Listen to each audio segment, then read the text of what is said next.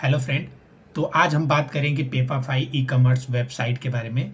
वहाँ अगर आप पेपाफाई पे सेल करते हैं तो उसका जीएसटी रिटर्न कैसे डाउनलोड करते हैं और कैसे जीएसटी रिटर्न फाइल करते हैं, तो आज हम उसके बारे में बात करेंगे।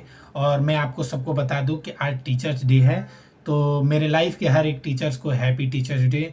स्कूल के टीचर्स और कॉलेज के टीचर्स और जितने भी टीचर्स हैं जिनसे मैंने कुछ सीखा हो या पढ़ा हो, सबको हैप्पी टीचर्स डे। और गुलशन सर, आपको special happy teachers day.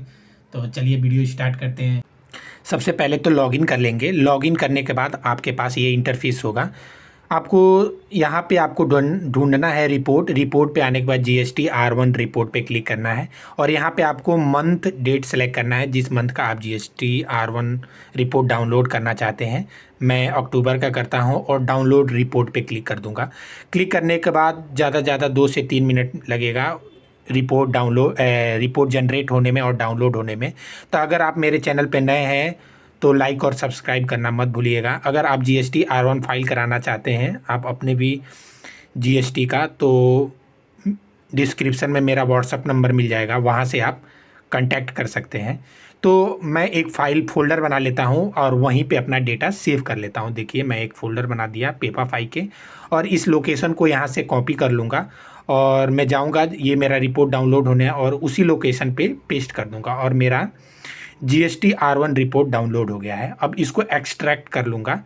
Extract करने के बाद आप देखोगे यहाँ पे आपके पास CSV फाइल यहाँ पे आ गया है। एक है सेल रिपोर्ट, एक है रिटर्न रिपोर्ट। तो सेल रिपोर्ट को ओपन करेंगे। ओपन करने के बाद ये आपको एक्सेल सीट ऐसे देखने को मिलेगा।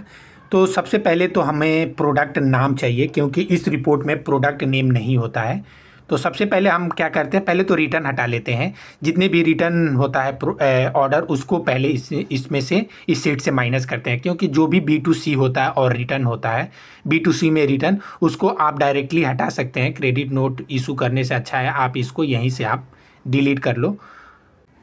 तो इसको, इस सेल को जो यहाँ पे मैं फ़िल्टर लगाकर और इन दोनों सेल को जो रिटर्न है उसको मैं माइनस कर लूँगा और मतलब उस सेल को हटा लूँगा।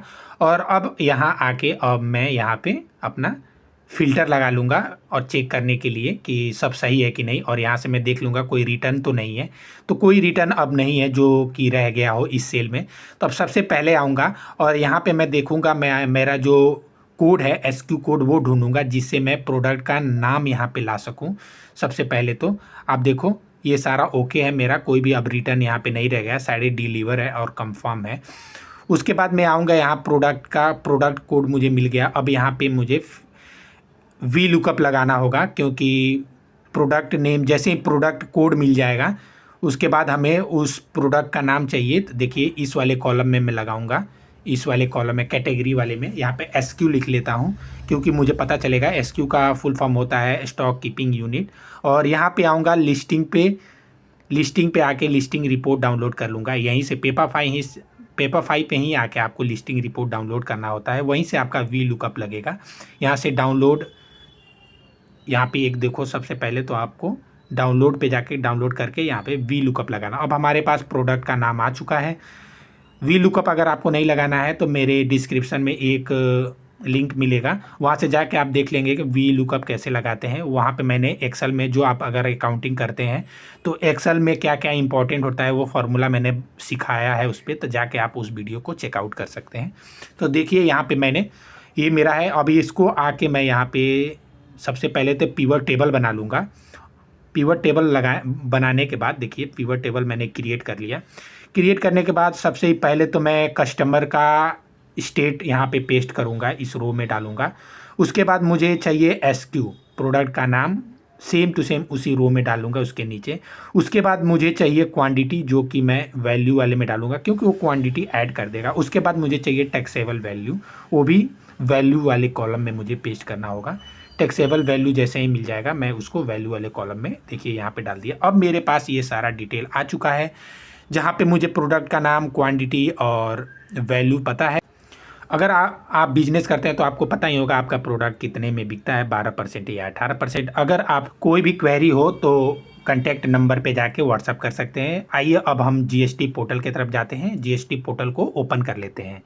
टोटल जीएसटी रेट, इस वाले को भी आप यहाँ पे आने के बाद इसको कॉलम के नीचे डाल देना यहाँ पे। अब देखो हर एक प्रोडक्ट के नीचे उसका जीएसटी रेट दिख रहा है, तो आपको बस जीएसटी रेट सेलेक्ट करना है। अब हम यहाँ पे आ जाएंगे जीएसटी पोर्टल पे। जीएसटी पोर्टल पे आने के बाद आपको रिटर्न डैशबोर्ड पे जाना है।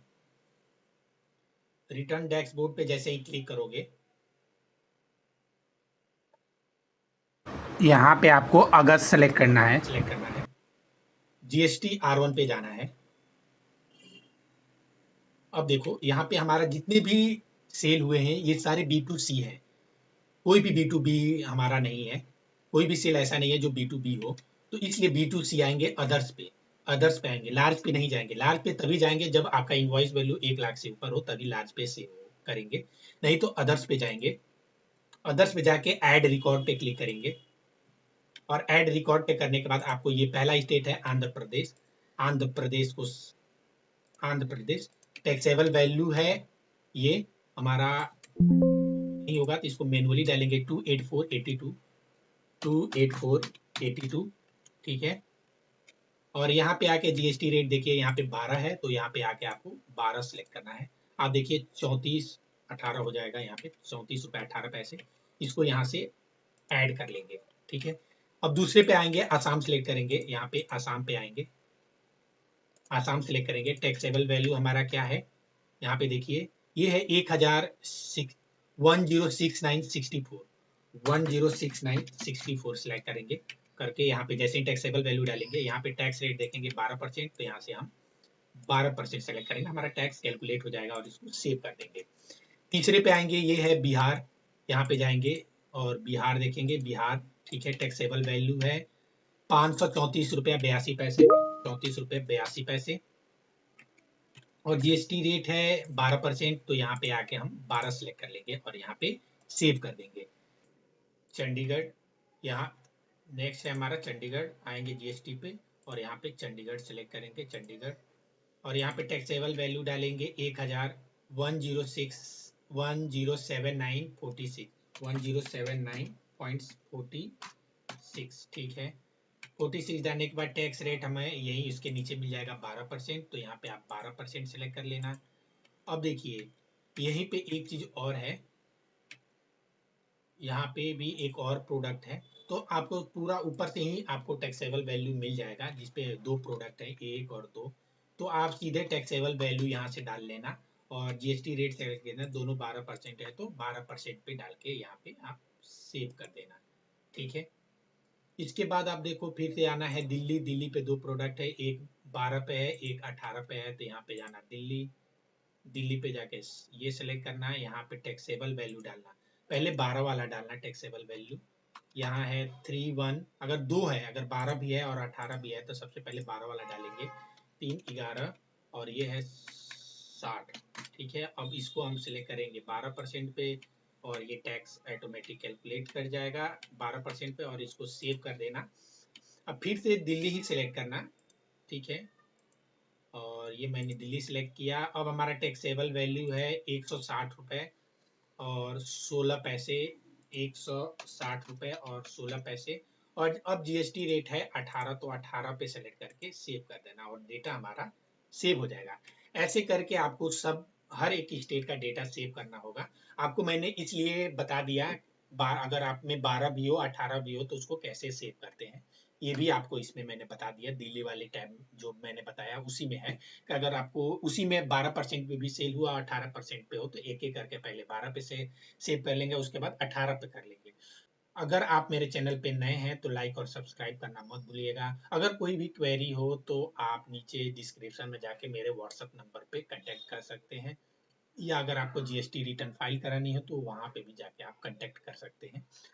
अब ऐसे ही करके आपको सारी डेटा सेव कर लेना है और जैसे ही आपका डेटा सेव हो जाएगा, नेक्स्ट है आपका डॉक्यूमेंट। ये है डॉक्यूमेंट, यहाँ पे डॉक्यूमेंट सेव करना होगा, डॉक्यूमेंट इनवॉइस नंबर। तो सबसे पहले यहाँ पे आना और यहाँ पे आपको डॉक्यूमेंट नंबर भी मिल जाएगा। देखिए यहाँ पे ये रहा इनवॉइस नंबर। यहाँ पे आना और ऐड पे क्लिक करना और देखना सबसे लास्ट वाला है हमारा 1049 और पहला है 900, ये है 983, सॉरी यहाँ पे आप करना 983, ये आएगा 66। तो यहाँ पे जाना, पहले तो पहला इनवॉइस नंबर कॉपी करना और पेस्ट करना। ये है हमारा 83, यहाँ पे होगा 83। और सबसे जो बड़ा इनवॉइस कौन सा है, ये है, इसको पेस्ट कर लेना। टोटल इनवॉइसेस है 66 और हमारे पास कितने हैं ये देखेंगे, ये है 64। तो यहाँ पे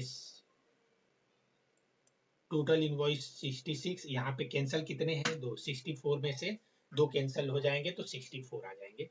और सबसे नीचे आना और इसको आप यहाँ पे सेव कर देना। सेव करने के बाद GST R1 पे जाना और HSN समरी पे आना। HSN समरी पे एक चीज मैं बता दूं, अगर आपका B2 जितने भी B2B सेल होंगे यहाँ पे सेव करना। अगर HSN आपने कोई भी बिल इशू किया है B2B में है तो उसका HSN यहाँ पे सेव होगा। अगर आप B2C सेलर हैं तो आपका HSN यहाँ पे सेव होगा। तो मैं B2C सेलर हूँ तो मेरा सारे HSN जो भी होगा यहाँ पे, पहले मैं 18% वाला देख लेता हूँ कितना है। ये है 2826, ये है HSN कोड मेरा 18% का, ठीक है। और मेरा नंबर में सेल होता है तो नंबर, और टोटल क्वांटिटी मेरा है ये है 10।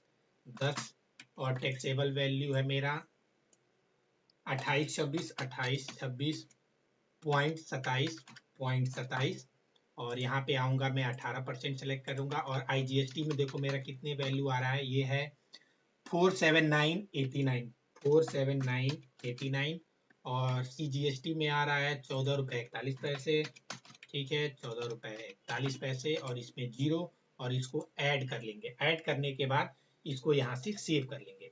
यहाँ पे ध्यान रखेंगे, अगर आपका B2B है तो यहाँ पे सेव करेंगे, B2C है तो यहाँ पे सेव करें। अगर दोनों है तो B2B वाला पार्ट इसमें सेव कर देना, B2C वाला इसमें करना। अब मैं 12% वाला, अगर मेरा है कोई भी 12% पे इनवॉइस है तो उसको ऐसे फिल्टर लगा के सेव टू सेव, इसको भी ऐसे ही सेव कर लूंगा। उसके बाद मैं आऊंगा इस पे। अब देखो मेरा HSN समरी सेव हो गया। जनरेट समरी पे आएंगे और यहाँ पे रिफ्रेश करेंगे। रिफ्रेश करने के बाद प्रोसेस टू फाइल पे आएंगे। करने के बाद आपका अगर B2B होगा तो यहाँ पे दिखेगा, आपने डेटा सेव किया होगा तो। अगर B2C होगा तो यहाँ पे आपका डेटा दिखेगा। अगर HSN वाले पे, अब हमारा HSN का पार्ट रह गया तो यहाँ पे भी दो होगा। अगर आपने B2B में सेव किया होगा तो B2B वाले पे यहाँ पे दिखेगा। अगर आपने B2C में सेव किया है तो वो पार्ट यहाँ पे दिखेगा और ऊपर दोनों का टोटल दिखेगा। नीचे आना है आपको, यहाँ से टोटल अपना सेल मैच कर लेना, taxable value, IGST amount, CGST और SGST। फाइल स्टेटमेंट पे जाना और यहाँ पे आपको टिक करके, और जो भी अथॉरिटी सिग्नेटरी है उसको EVC थ्रू, या आपके पास DAC है तो DAC से फाइल करना, OTP से करना है तो OTP से करना। थैंक यू दोस्तों, अगर आप मेरे चैनल पे नए हैं तो लाइक और सब्सक्राइब करना मत भूलिएगा।